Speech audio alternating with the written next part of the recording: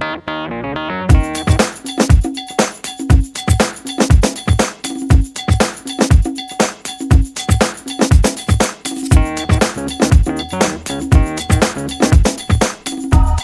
and gentlemen, welcome and thank you for joining our program today as the last 90 days interacts with two high-profile Pennsylvanians regarding retail and hotel development in greater central Pennsylvania.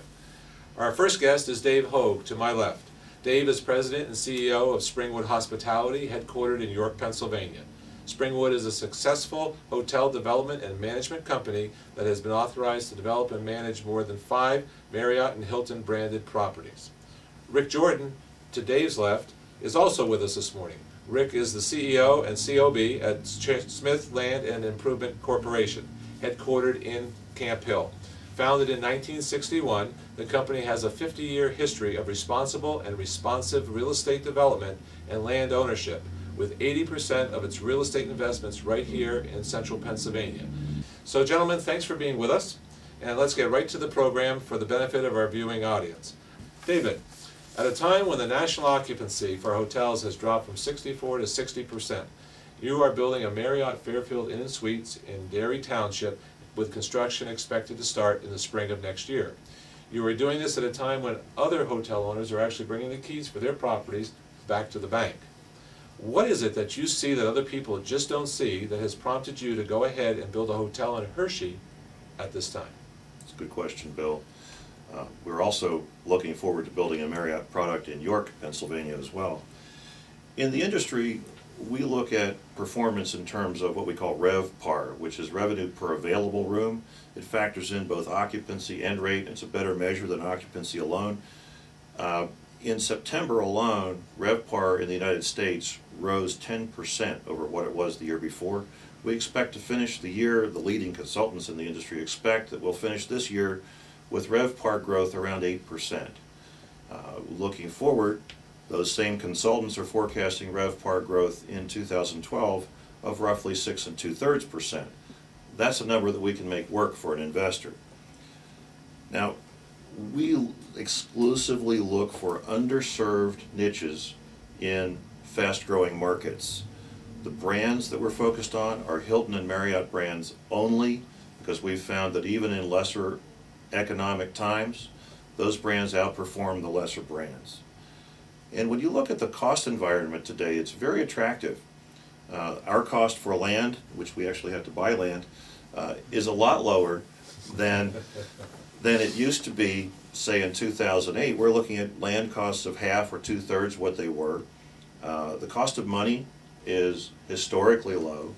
We recently refinanced a Homewood Suites at a 5% rate, locked for 5 years. That's an unheard of rate. For the whole time I've been in this industry, for a third of a century, I've never seen rates that low before. And construction costs are also low. It's an extremely competitive construction market out there. And when the general contractors and the subcontractors are cutting each other's throats, their margins go down, and that doesn't benefit them much, but it certainly benefits us. Very good. And I think we'll get an explanation of why he looked at Rick and said we have to buy our land. But the first question for Rick at this point is, you had two lead tenants, anchors, that were going to one of your newest developments, which is the Silver Creek Plaza on the Carlisle Pike. And that project is very strategically located between Wegmans and the Route 581 interchange. But you still took a chance on getting that project done in what most people would consider a very shaky economy at best. You had vacant inline space when you first came up with this project. You only had your anchors, and you also had 2 pad sites which you were developing and prepping, ready for being leased, but they were not leased at that time. You've also been gearing up for a very large project. I believe it's about 164 acres on the East Shore, known as the Swatara Plaza at the Concourse. Now that actually is on the south side of Route 322 on your way to Hershey, just before you get to the Walmart. But you're doing all these things, and actually in that case there, that project has had more public traction in the last 6 months than it had in the preceding year, as far as the public was concerned. But you're doing all this, you must see something about retail development maybe other people don't see, which allows you to want to take such risk. Right? Well, we actually don't see real estate differently than others in the retail marketplace. We just happen to have two pieces of real estate that we are in the process of developing. The Swatera piece we've had for over 50 years, and there's pluses and minuses to owning real estate. We've paid in excess of $1 million of real estate taxes on that property since we've owned it. So it's now time, hopefully, and we think it is the time, to develop that property and get some of our money back. That property is going to likely turn into 1 million square feet of retail and commercial. Will be the largest single retail commercial project in central Pennsylvania. Very exciting, and we think that along with that there'll be 4,100 new jobs added to the central Pennsylvania market, which is huge. Now, our project on the West Shore, which is close to being completely built, has been under construction for a little over a year. We had one tenant, one lead tenant. It's a 70,000 square foot total project. The lead tenant takes 46,000 square feet. So a lot of the risk is taken by the initial tenant and enables us to go forward with the rest of it. By the time we turn the project over to the tenant to open, we believe that we will have all of the site completely leased out. We have 3 leases in the adjoining retail part of the one building, and we have 1 lease on the out parcel, and we're close to a lease on the other out parcel. So we think that in the first quarter anyway, we will have the entirety of the Silver Creek Plaza leased. That's incredible. You've done a nice job with that project. Thank you. David, question for you now, second one. The financing for hotels is now very difficult and getting more difficult. However, you proceeded forward with the project in Hershey, and you did this even before you knew your financing was lined up. You actually settled on the ground. You know, and you didn't have a loan in place, but you were very comfortable that that loan was going to be there. Are you going through conventional sources? Are you talking to the SBA? Are they involved? And are you looking to syndicate this project? It's a good question, Bill. We really rely on the relationships that we've built over the years with community banks. Our local bankers know us, we know them. Excuse me. We give them timely and accurate reporting, and they know that they're always going to get the truth, even when it's not what we know they want to hear. We have a track record that we've never missed a loan payment, and even a couple of times I've had to write the check myself to make sure that we made the payment. You mentioned SBA. The SBA 504 program is a fairly new program available to hoteliers today that takes a second mortgage position on top of the bank's first, and really helps hoteliers reach the leverage position they've been used to achieving over the past 10 or 15 years, even though the underlying first, the bank loan, is only at a 60 or 65% loan to value. Another valuable program from DCED in the Commonwealth of Pennsylvania is their First Industries Loan Guarantee Plan. That it's a great program, and it's one that I would recommend that any prospective hotelier look into. We do syndicate our investments. All the equity in our hotels is syndicated to private investors. I buy a share, at least, of everything that we do so that our investors know that we're in it together. We see people looking for alternatives today. Folks have seen what's happened in Wall Street with the investment houses getting in bed with the rating agencies. You mix in a large measure of greed, and it gets really ugly really fast. People are looking to do business with folks who have integrity, who take their fiduciary duty seriously, and they want to buy a business that has real cash flow, not a piece of paper. They look at our track record and they see that our total returns have consistently beaten the S&P 500 for the last 18 years, and it becomes a pretty attractive investment.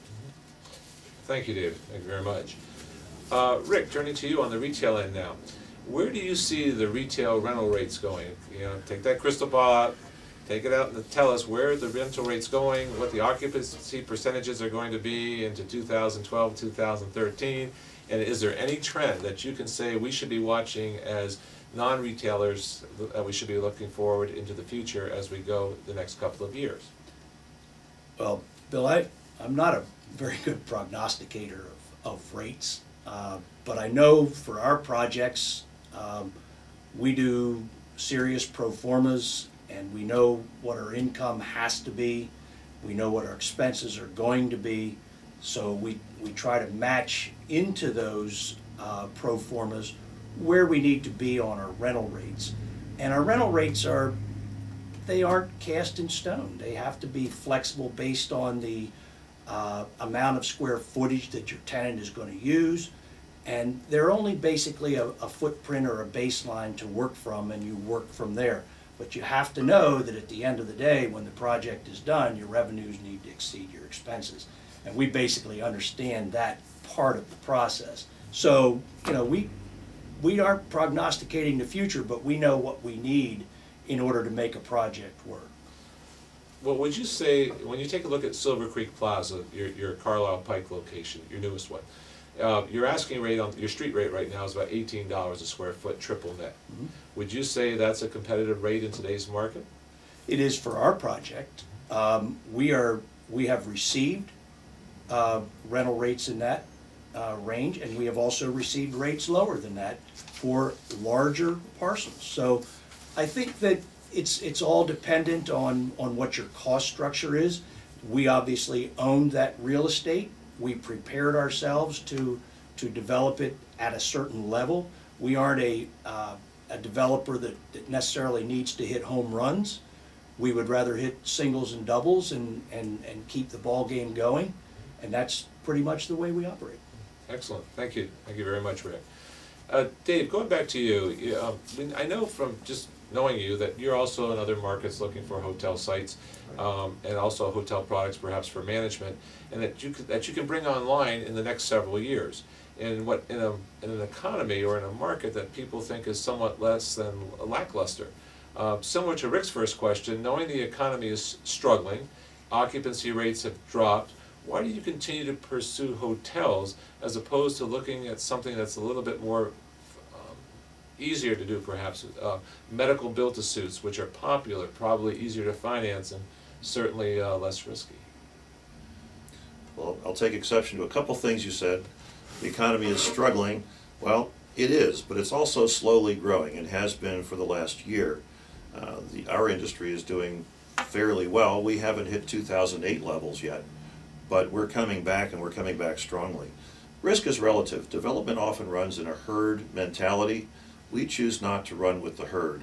There are those out there who are saying, okay, the medical industry is where the lowest risk is found. But when you look at healthcare reform and Medicare reform, I'm not so sure that that herd has it exactly right.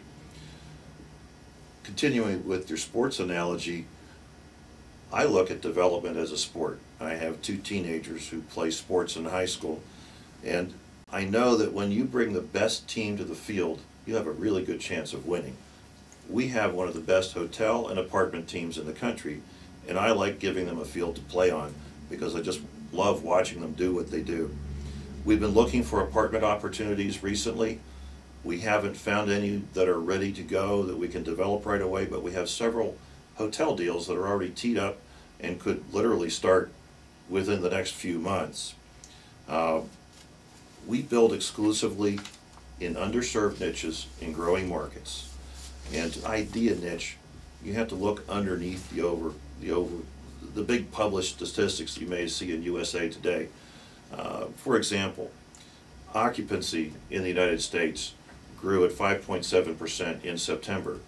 Well, in certain niches, the niches that we serve, it grew at more than 6%. So we look for those underlying trends. I think it's our track record that attracts investors to us. It's our track record that attracts bankers to us, having never missed a loan payment and consistently beaten the S&P. You throw a world-class team out there on the field, you serve investors with integrity, and you get a successful team. Thank you very much, Dave. Rick, here's the one I've been waiting for the most. Your ideas on who the major retailers are going to be the winners in 2012 And who are those major retailers who will be the losers in 2012? He thinks you have the crystal ball. Well, he thinks I'm going to answer that, but it's very difficult to answer a question like that. But I think you need to look at the consumers and who are the consumers choosing to buy from.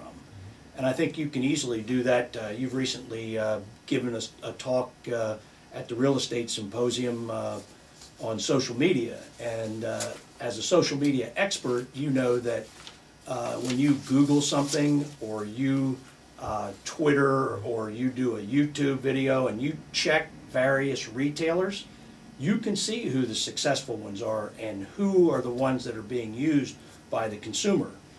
Where we have access to that marketplace is at the West Shore Plaza, where we have a nice mix of local retailers and national retailers that have become successful, and that's why our plaza has been in existence since 1954. Mm-hmm. And some of those would be Carnes and CVS and Joann Fabric, True Value Hardware, Verizon, Nido Burrito. We have a number of successful tenants there, as well as the wine and spirit shop that brings a lot of local tenants in, or local consumers in, sorry. Thank you for at least trying. I appreciate it. Thank you very much for joining us today on the latest segment of The Last 90 Days. We look forward to seeing you in April for the next segment. Thank you.